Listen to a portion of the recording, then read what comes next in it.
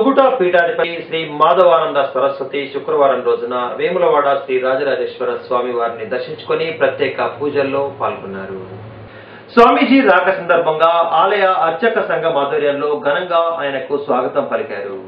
దర్శనం అనంతరం శంకర మఠంలో కూడా పూజలు నిర్వహించి భక్తులను ఆశీర్వదించి ప్రసాదాలు అందజేశారు.